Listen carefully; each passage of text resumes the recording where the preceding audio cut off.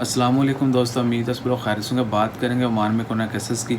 आज 20 दिसंबर 2020 इतवार के दिन ओमान में 648 कोरोना के केस रिपोर्ट हुए और 5 मरीज वफात पा चुके हैं। इन्ना लिल्लाहि व इन्ना इलैहि राजिऊन।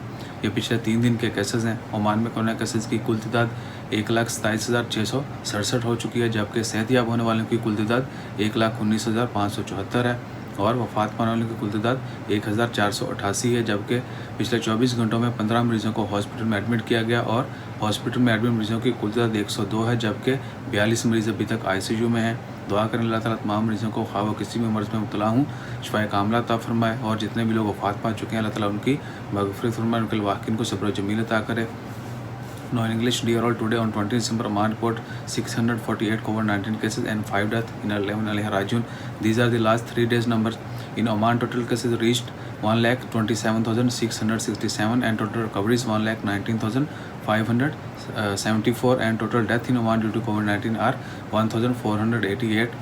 15 patients admitted to hospital in last 24 hours and total number of patients in hospital are 102 while 42 patients are still in ICU.